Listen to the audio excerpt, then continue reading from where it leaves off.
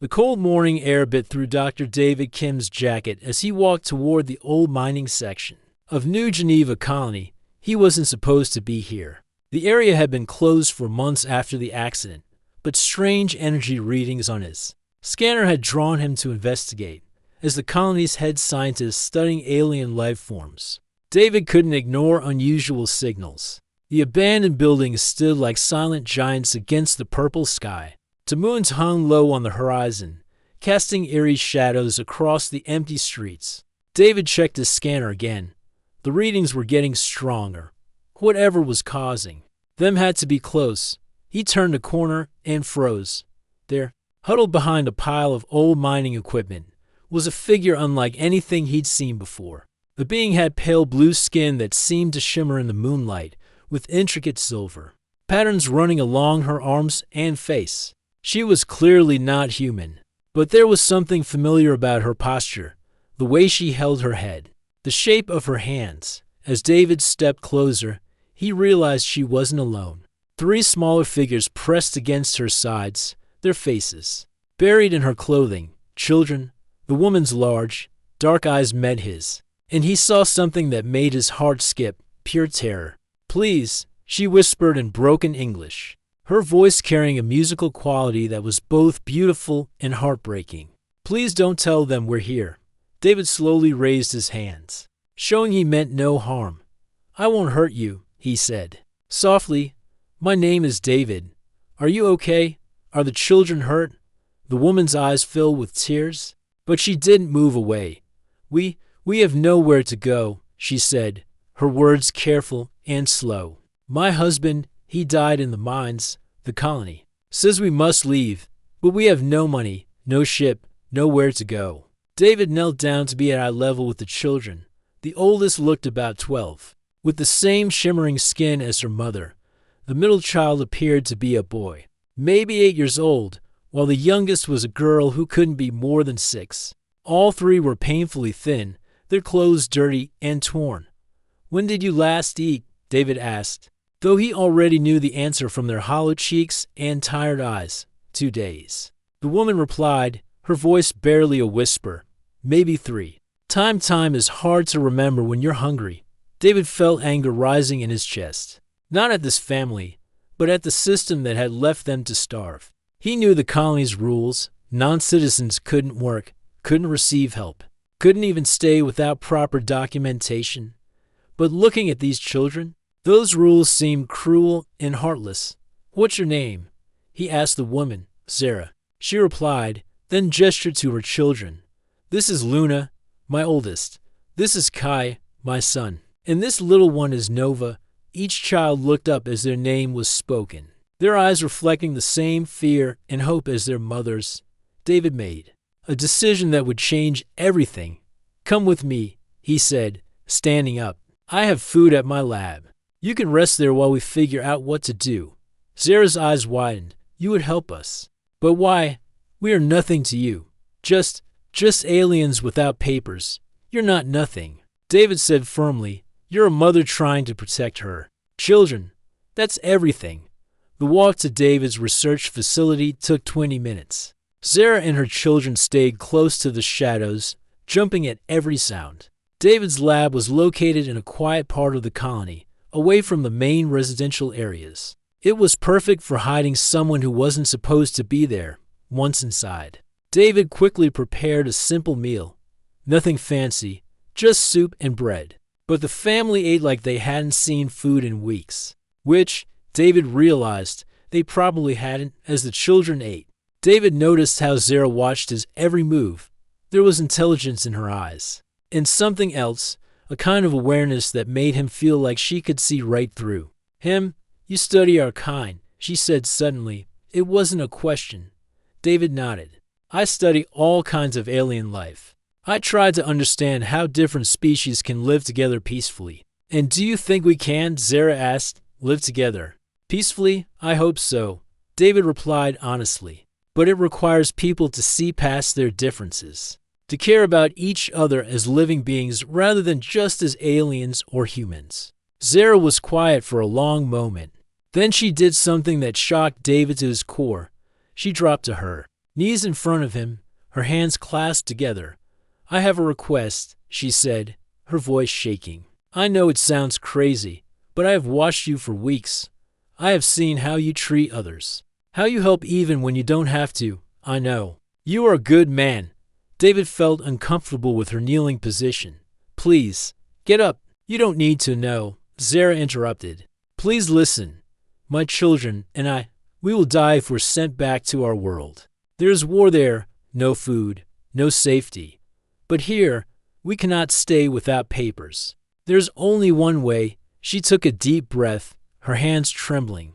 "The colony. Law says that if I marry a human citizen, I can stay. I can work. My children can go to school.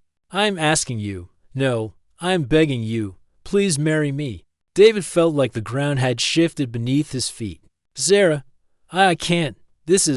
I know what you're thinking," she said quickly. "I am not asking for love. I am not asking for romance. I am asking for a chance to live. A chance for my children to have a future. I will work hard. I will cause no trouble. I will be grateful every day for the rest of my life." The children had stopped eating and were watching this exchange with wide eyes. David could see their fear, their hope, their desperation all mixed together in their small faces. "I need time to think," David said finally. This is a big decision, of course." Zara said, finally standing up. "But please, think quickly. The colony police have been asking questions. They know we're here somewhere. If they find us before you decide." She didn't need to finish the sentence. David understood. Time was running out for this family. And somehow, he had become their only hope as he watched Zara tuck her children into makeshift beds in his storage room. David realized his quiet life as a researcher was about to become very complicated. But looking at those three innocent faces, he knew he couldn't just walk away. Whatever happened next, he was already more involved than he'd ever planned to be.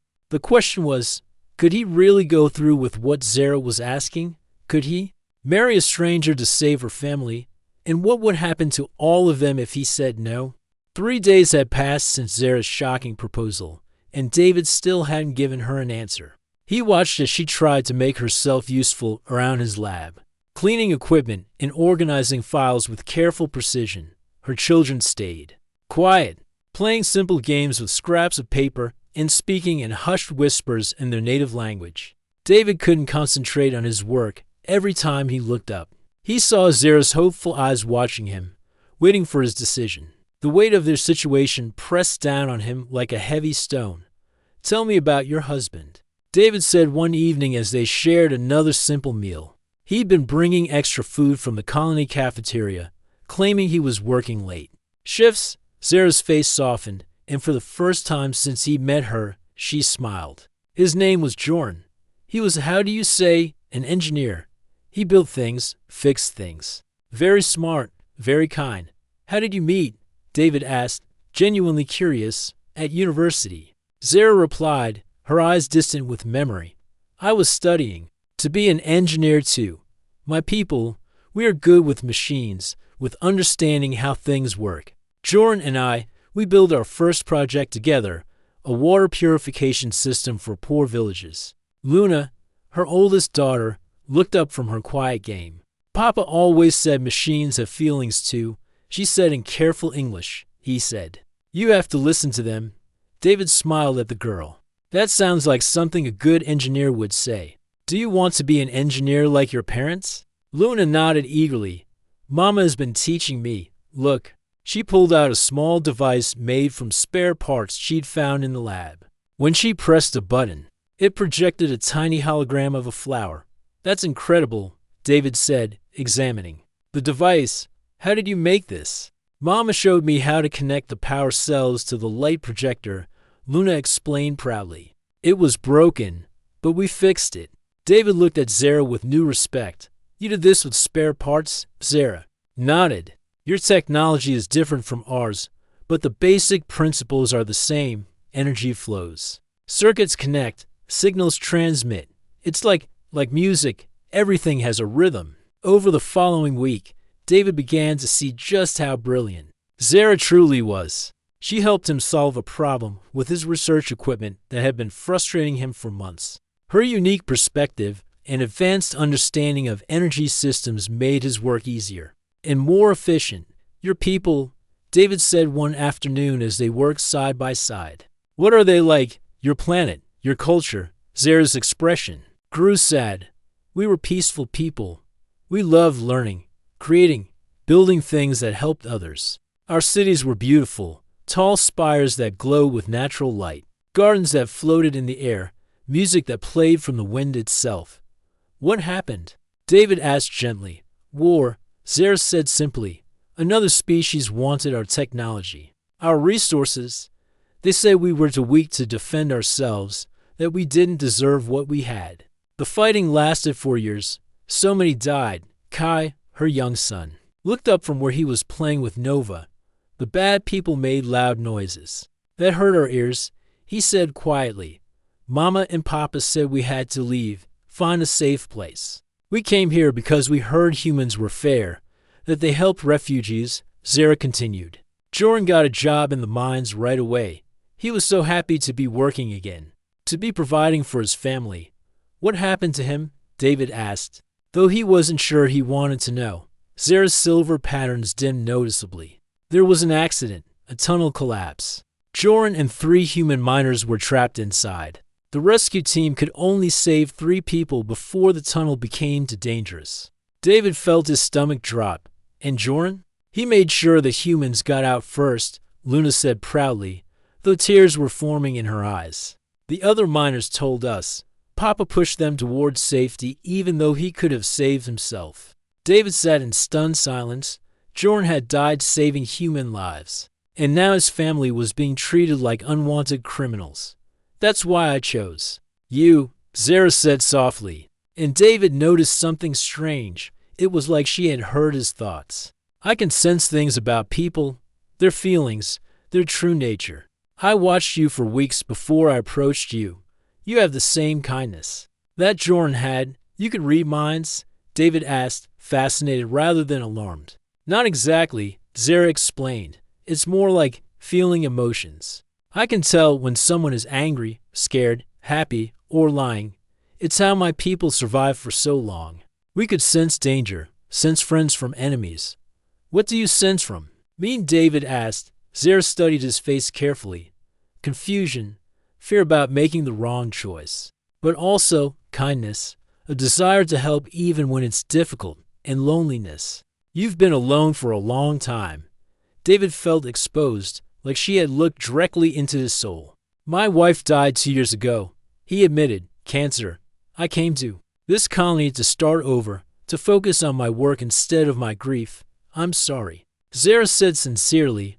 Losing someone you love, it changes everything. They sat in comfortable silence for a moment.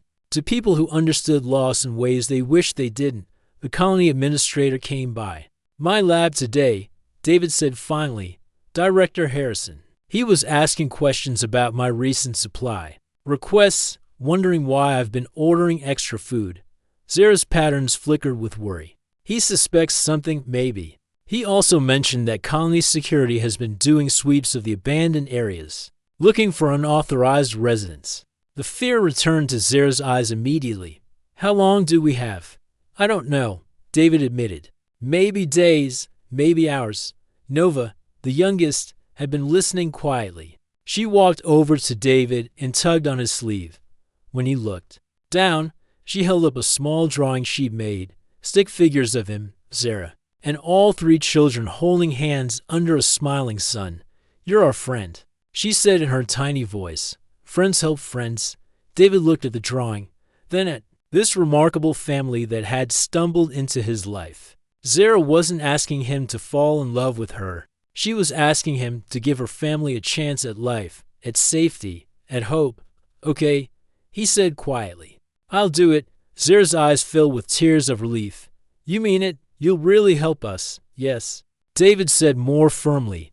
But we need to be smart about this. If we're going to make this work, we need to do it right. For the first time since her husband's death, Zara allowed herself to hope that her children might have a future after all. The courthouse was quiet at 7 in the morning. David had chosen this early time on purpose, fewer people around, less chance of drawing attention. He stood outside the building, adjusting his collar for the third time. His hands were shaking, slightly, and he couldn't tell if it was from nerves or the cold morning air. Zara appeared around the corner with her 3 children, all of them dressed in the best clothes they could find. She had somehow managed to clean and mend their outfits, and her silver patterns seemed to glow a little brighter than usual. The children walked close to her, their eyes wide as they looked at the official government building. "You came," Zara said softly, relief evident in her voice. "I said I would," David replied, then knelt down to the children's level. "Are you 3 ready for this?" Luna nodded seriously. "Mama explained everything to us. We understand this is just to help us. Stay safe." Kai grabbed David's hand. "Will you really be our new papa?" David felt his heart skip a beat. "Well, legally yes, but your real papa will always be your papa. Okay, I'm just here to help." Nova smiled up at him. 2 papas is better than no papas. The ceremony itself was simple and quick. Judge Patricia Williams, a kind woman in her 60s, had agreed to perform the marriage with minimal paperwork. David had explained the situation to her privately, and she'd been surprisingly understanding.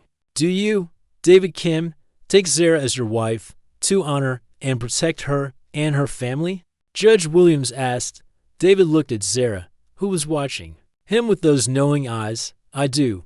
"And do you, Zara, take David as your husband, to honor and support him?" "I do," Zara said clearly, her voice steady despite the magnitude of what they were doing. "Then by the power vested in me by New Geneva Colony, I pronounce you husband and wife." There was no kiss, no celebration, just the quiet scratching of a pen as they signed the legal documents. But when David looked at the marriage certificate, with both their names on it, he felt something unexpected, not regret, but a strange sense of rightness. Within a week, everything changed. Zara's legal status allowed her to work, and she quickly found a job with the colony's engineering department. Her first assignment was fixing a water processing plant that had been broken for months. She solved the problem in 3 days. "How did you do that?" asked Tom Bradley, the chief engineer, staring at the perfectly functioning machinery. "Your system was fighting itself," Zara explained patiently. "The pressure valves were working against the flow regulators. I just helped them work together, instead of against each other." Tom shook his head in amazement. "We've had a team of 5 engineers working on this for 6 months. Sometimes an outside perspective helps," Zara said modestly, though David could see the pride in her eyes. She was finally able to use her skills again, to contribute something meaningful. The children started school the following Monday. David had prepared them as best he could, teaching them more English and explaining human customs. But he still worried about how they would be received. His worries proved justified on the very first day. "Papa David," Luna said when he picked them up from school, using the name the children had started calling him. Some of the human children said, "We don't belong here." "What did you tell them?" David asked, his jaw tightening. "I told them that belonging isn't about where you come from," Luna replied, lifting her chin proudly. "It's about being kind to others and helping when you can. Just like you taught us." David felt a surge of protective pride. "That's exactly right. And what did they say to that?" "They got quiet," Kai said with a grin. But then Tommy Harrison pushed Nova and called her a freak. David's blood ran cold. Tommy Harrison, as in Director Harrison's son. "Yes," Nova said quietly. "He said aliens aren't allowed to go to real schools." That evening, David had a difficult conversation with Zara about the challenges their family would face. They were sitting in his small apartment, which now felt crowded but somehow warmer with 4 extra people in it. "I'm sorry," Zara said, her patterns dimming with worry. "I didn't think about how hard this would be for you, having to defend us all the time." "Don't apologize," David said firmly. "You and your children have every right to be here. Anyone who has a problem with that will have to deal with me. But your career, your reputation," Zara started. "Will be fine," David interrupted. "Besides, your work at the engineering plant is already making me look good." Everyone's talking about the brilliant alien engineer who fixed the impossible. Problem? Zara smiled at that. I do love a good challenge. 3 weeks into their new arrangement, David received an unexpected visitor at his lab. Director Harrison stood in the doorway, his expression cold and suspicious. Dr. Kim. Harrison said, not bothering with pleasantries. I understand congratulations are in order. A sudden marriage. How romantic.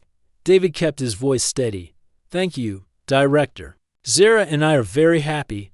I'm sure you are, Harrison said with a sneer. Tell me, how long have you been acquainted? Long enough, David replied, sensing the trap but not sure how to avoid it. Interesting, Harrison mused, because, according to colony records, there's no documentation of any alien named Zara entering through official channels. No work permits, no visitor visas, nothing. David felt sweat forming on his forehead. Perhaps there was a filing error, perhaps. Harrison agreed, or perhaps someone has been harboring unauthorized residents and then conveniently married one of them to avoid legal consequences. Are you accusing me of something, Director? Harrison smiled coldly. I'm simply ensuring that all colony regulations are being followed. Marriage fraud is a serious offense, Dr. Kim. The penalty is deportation for the alien spouse and criminal charges for the human participant. There's no fraud here, David said, his voice stronger than he felt. Zara is my wife, and her children are my family now. We'll see about that, Harrison said. I'll be conducting a thorough investigation into your relationship. I suggest you prepare to prove that this marriage is genuine. After Harrison left, David sat down heavily at his desk. He'd known this day would come, but he hadn't expected it so soon. How could he prove that his marriage to Zara was real when it had started as a legal arrangement? That evening, he explained the situation to Zara. She listened quietly, her face growing more worried with each word. What do we do? She asked finally. We make them believe we're really married, David said. We have to act like a real couple, at least in public. And in private? Zara asked. David looked at her, this remarkable woman who had brought such unexpected richness to his life. In private, we keep being honest with each other, just like we have been. Zara nodded, but David could see the fear in her eyes. They both knew that if Harrison's investigation succeeded, her family would be torn apart. Everything they built together would be destroyed. The next morning, David made a decision that surprised even himself. He took Zara's hand as they walked through the colony center, letting everyone see them together. When colleagues asked about his new family, he spoke about them with genuine warmth and pride. Because somewhere along the way, without either of them really noticing, their marriage of convenience had started to feel like something much more real. 2 months had passed since the wedding, and David thought things were finally settling into a routine. Then Luna collapsed during breakfast. One moment she was laughing at something Kai had said. The next she was on the floor, her silver patterns flickering wildly before going completely dark. Her breathing was shallow, and her skin felt burning hot to the touch. Zara, David called out, panic rising in his chest. Zara rushed over, her face going pale as she knelt beside her daughter. This is bad, she whispered, her hands shaking as she checked Luna's pulse. This is very bad. What's wrong with her?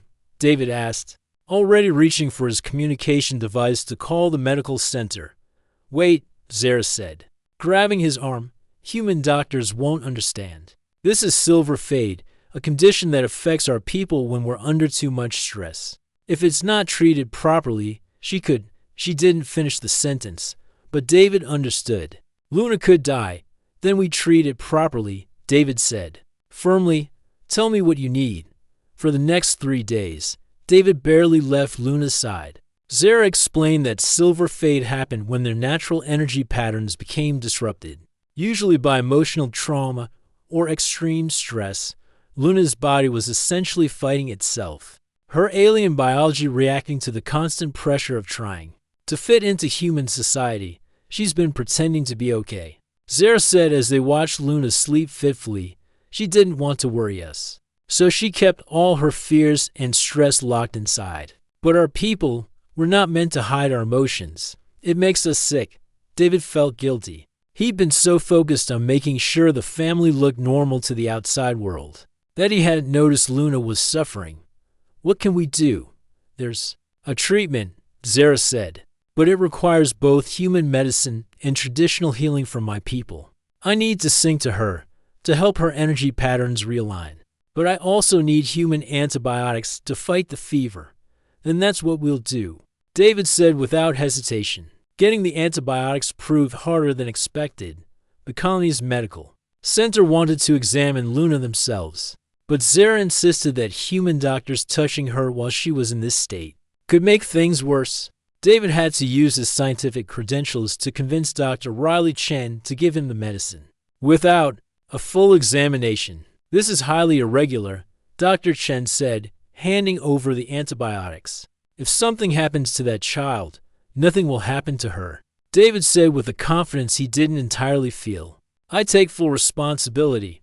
That night, David watched as Zara performed the traditional healing ritual. She placed her hands on Luna's forehead and began to sing in her native language. The melody was unlike anything David had ever heard.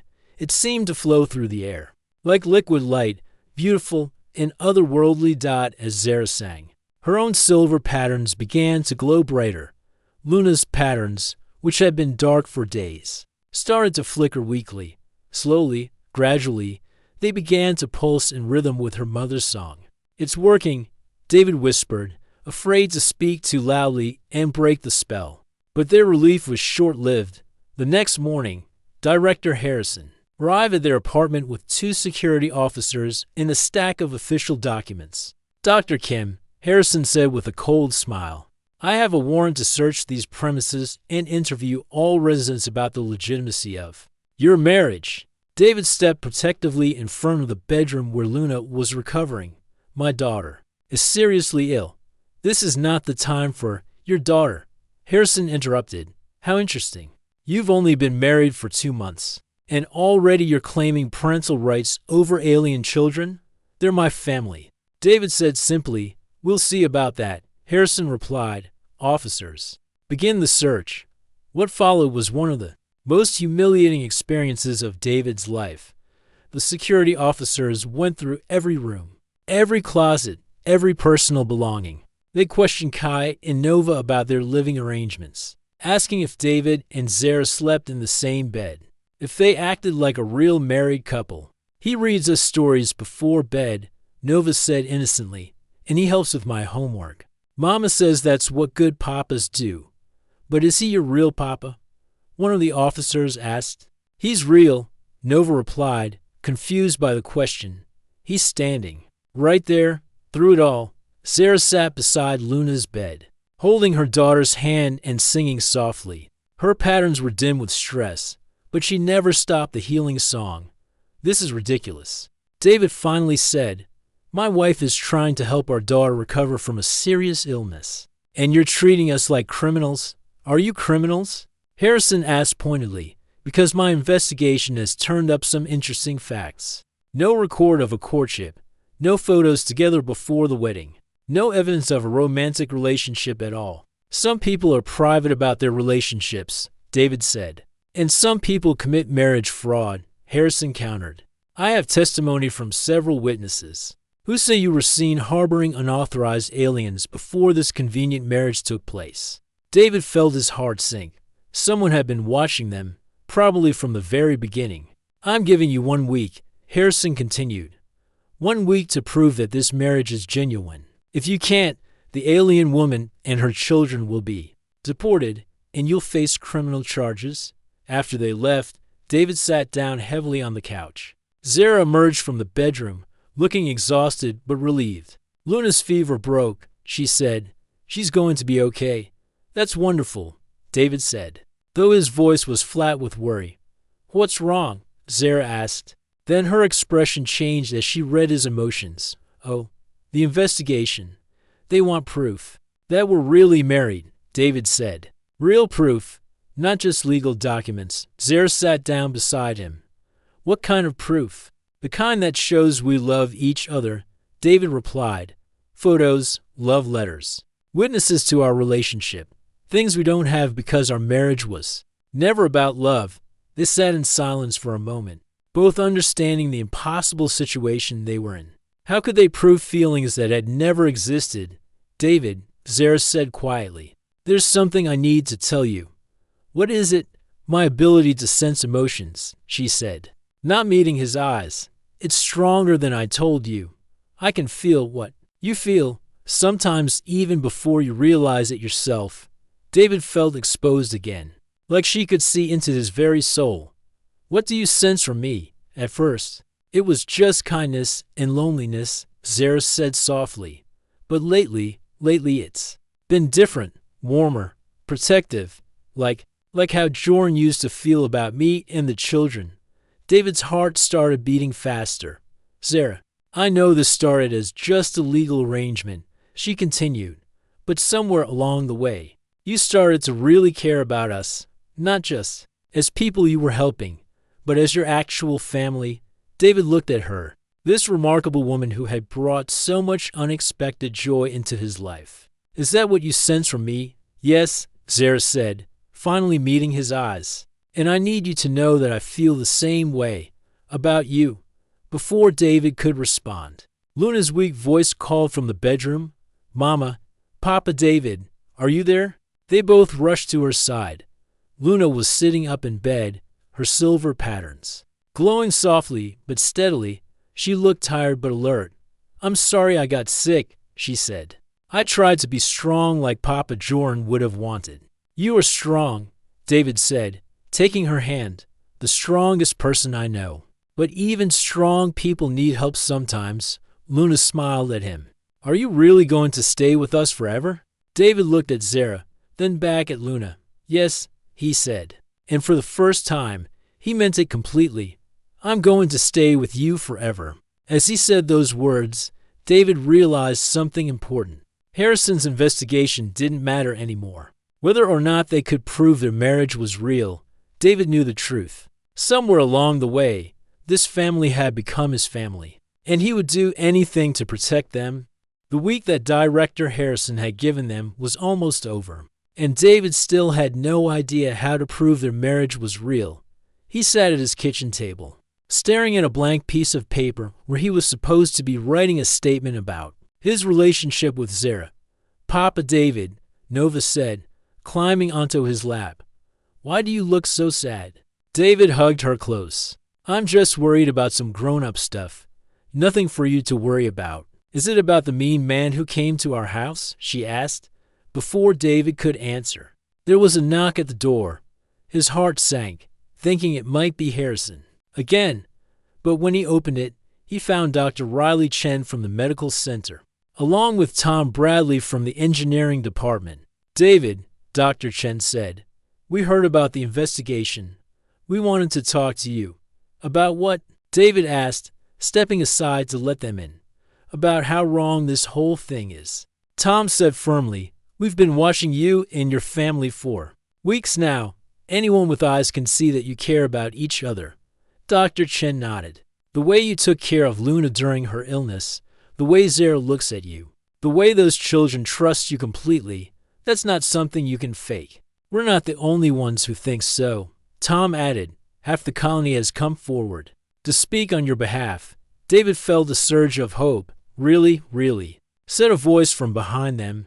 Judge Williams appeared in the doorway, holding a thick folder.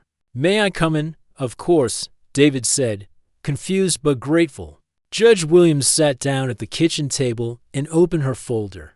Director Harrison asked me to review the evidence against you, but what I found was evidence for you. She pulled out page after page of testimonies. Mrs. Foster from the school says she's never seen children more devoted to a stepfather. Mr. Peterson from the grocery store says you always shop for family meals, not single portions. Dr. Chen here submitted a report about how you risked your career to get medicine for Luna. But the most compelling evidence, Judge Williams continued, came from an unexpected source. She pulled out a recording device. This is from the security cameras in the medical center hallway. Recorded the night Luna was sick. She pressed play, and David heard his own voice, exhausted and desperate. Please, she's just a child. I don't care what it costs or what rules I have to break. Just help me save my daughter. Then Zara's voice. He's been awake for 3 days straight. He won't eat, won't rest. He just sits with her and tells her stories about Earth, about the stars, about all the places they'll visit together when she's better. David felt tears forming in his eyes. He'd forgotten that conversation, but hearing it now, he could hear the love in both their voices. That, Judge Williams said firmly, is not the sound of a fake marriage. The next morning, Director Harrison arrived with his security team, confident and smug. Well, Dr. Kim, your week is up. I trust you have your evidence ready. Actually, Judge Williams said, stepping out from behind David, I have mine ready. Harrison's face fell. Judge Williams, what are you doing here? Closing your investigation. She said calmly, after reviewing all the evidence, I've concluded that this marriage is completely legitimate. That's impossible, Harrison sputtered. There's no way. There's every way. Judge Williams interrupted. I have 47 written testimonies from colony residents, security footage, medical records, school reports, and work evaluations. This family is not only genuine, they're one of the most valuable additions our colony has ever seen. She handed Harrison an official document, Zara's. Work has improved our infrastructure efficiency by 30%. Luna has been tutoring struggling students in advanced mathematics. The entire family has contributed more to this community in 3 months than some people do in years. Harrison read the document, his face growing redder with each line. This is unacceptable. I demand a formal review. Feel free to request one. Judge Williams said, but I should warn you, filing false accusations against productive citizens is also a serious offense. Harrison looked around the room, seeing the determined faces of David's friends and neighbors. Finally, with a frustrated growl, he stormed out, his security team following behind. After everyone left, David and Zara found themselves alone for the first time in days. The children were at school. The apartment was quiet, and the immediate danger had passed. We did it, David said, hardly believing it was over. We did, Zara agreed, but she looked thoughtful rather than relieved. What's wrong? David asked. Nothing's wrong, Zara said. It's just, now that we don't have to pretend anymore, I've been thinking about us, about what we really are to each other. David felt his heart start racing. What do you mean? I mean that today is the 6-month anniversary of our marriage, Zara said softly. And sometime during these months, this stopped being just a legal arrangement for me. David took her hands in his. When did you know? The night Luna was sick, Zara replied.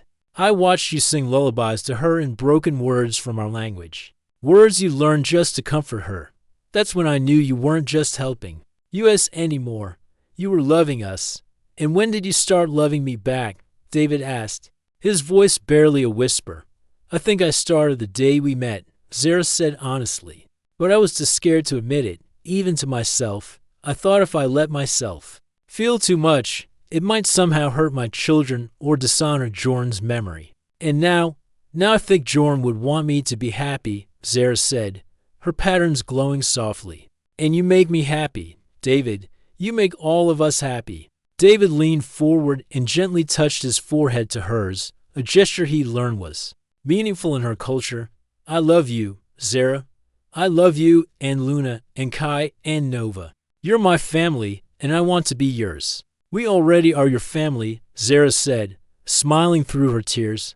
We have been for months. That evening, they gathered the children together to talk about their future. The kids listened seriously as David and Zara explained that their relationship had grown into something real and lasting. Does this mean you're going to have mushy grown-up moments now? Kai asked, making a face. Probably, David laughed. But you'll still read us bedtime stories? Nova asked. Every night, David promised. And help with homework? Luna added. Always, David said. 3 months later, they held a real wedding ceremony in the colony's central garden. This time, it wasn't about legal documents or citizenship papers. It was about love, commitment, and the beautiful family they'd built together. as David watched Zara walk toward him in a dress that shimmered like starlight, surrounded by friends and neighbors who had become their extended family. He marveled at how much his life had changed. A year ago, he'd been a lonely scientist focused only on his work. Now he was a husband and father, part of something bigger and more wonderful than he'd ever imagined possible. The children stood beside them as they exchanged new vows, not vows of legal convenience, but promises of love, support, and endless tomorrows together. When Judge Williams pronounced them husband and wife for the second time, David kissed Zara. Under the light of 2 moons, their children cheering around them, in that moment, surrounded by love and laughter and hope, David knew that sometimes the most beautiful families are the ones you never plan for. Sometimes, the best love stories begin with the simple decision to help someone who needs it. And sometimes, when you open your heart to help others, you discover that they're helping you right back, filling empty spaces in your life that you didn't even know existed. As they danced under the alien stars, Zara's patterns glowing with pure joy, David realized that this was what home really meant, not a place, but the people you choose to love and who choose to love you back.